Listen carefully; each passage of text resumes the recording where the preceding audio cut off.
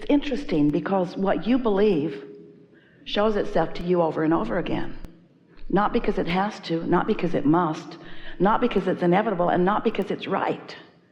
It just shows itself to you. What you believe shows itself to you simply because you believe it. A belief is just a thought you keep thinking. So as you continue to think this thought, then law of attraction shores it up, gathers evidence, brings it right to you, gives you proof of what you believe.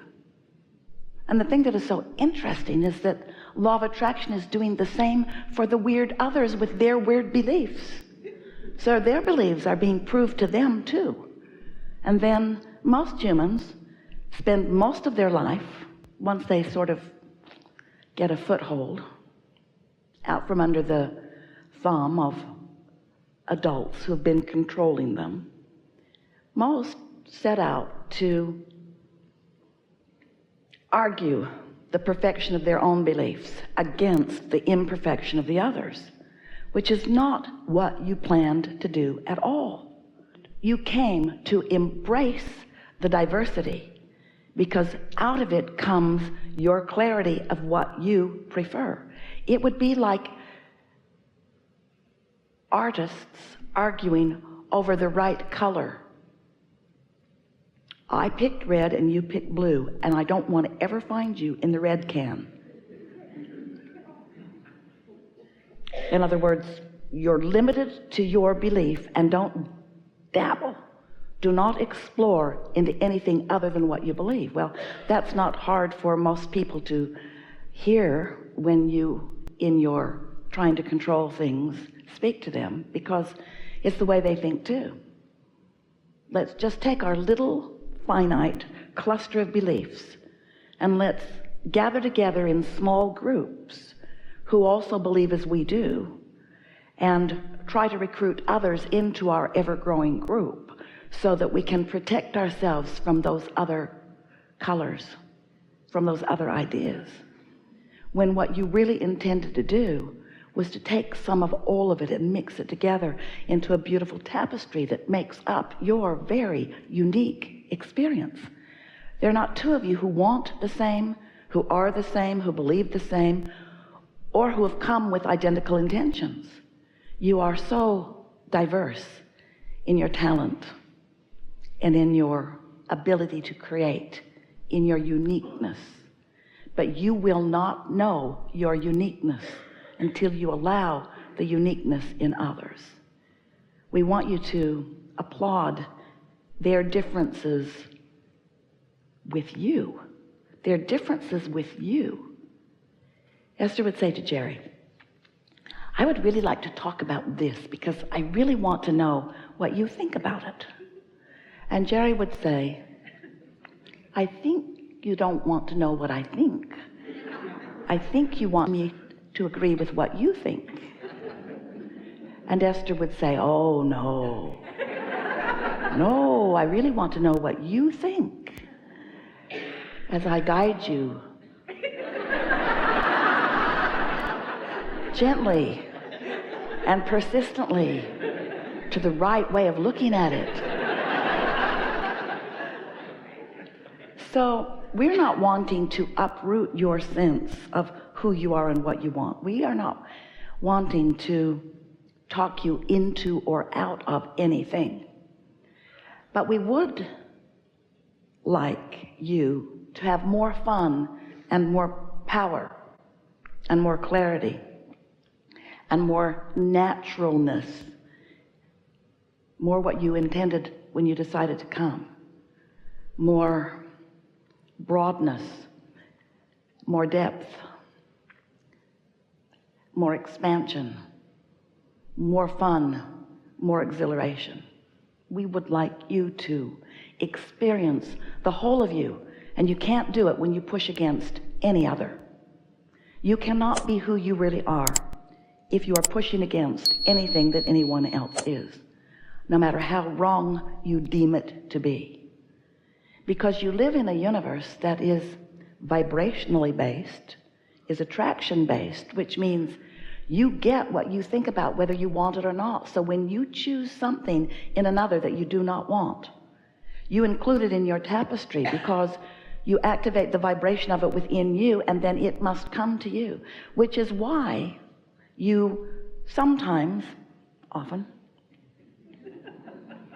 every now and again, pretty much always, it's why you rail against them, because there is a part of you that recognizes that when you identify some unwanted thing in a society or in an individual or even in yourself, and you push against it in an effort to make it go away, that actually you're doing the opposite, because you're including it in your vibration, which means law of attraction is giving you more opportunity to examine it more fully. You get what you think about, you get what you focus upon. Your point of focus, your broadcast, equals your point of attraction. So as you think about it, want it or not, you activate it in your vibration, and that it comes to you more. And isn't that annoying? Wouldn't it have been nice if source energy, law of attraction, Abraham, somebody, anybody had just figured out what you want and only makes that available to you? I want to think about everything, but I only want you to give me the things that you know I really want. Sort it out for me. And we say, you have such freedom. You have the freedom to give your attention to anything. And when you give your attention to it, you activate the vibration. And when you do it more, you activate a stronger vibration until you get true momentum going. So law of attraction and momentum are the same word, aren't they? Law of attraction and momentum, it means the same thing. When you give your attention to it, it becomes part of your experience. And then you say, see, I knew it was true. I knew it was true. I've proved it with my own life. And we say, you've proven it, yes, but you've created it. Yes, you've created it. You've created all of these things. You're doing extremely well, because there is so much about your life, your specific, unique, individual life, that is exactly as you want it to be. But we know there are some things that you prefer to be different, and that's why you're here, to co-create with us in an environment of more allowing than usual. It is more likely that you will find yourself vibrationally in what we are calling the receptive mode, in the vibrational state of allowing, where you are allowing, maybe in a more consistent way than the usual, allowing yourself to be receptive of what you have sorted from life that you desire. We want you all to know that it doesn't matter what your numbers are, whether you're a 1 or a handful or a billion. It does not matter what your numbers are. Non-physical energy, as it focuses upon you and among you and to you and through you, knows everything that is important to you, and is focused only upon those things that you are requesting, those things that you have defined that you desire. You have lived enough life. You are in the perfect place. You have defined your preferences. Your preferences are collected, and law of attraction is responding to your preferences. Your inner being stands as an entity of attraction. The source within you is focused upon what you have decided that you want. And there is a powerful momentum flowing to this collective gathering of ideas and desires and needs and wishes and hopes and dreams that you've put into place. And this vortex of attraction is a reality that is known by us, and it is precisely and specifically about you. And as we focus upon who you really are, and we do, it will be difficult for you to focus otherwise, because we are so certain of who you are.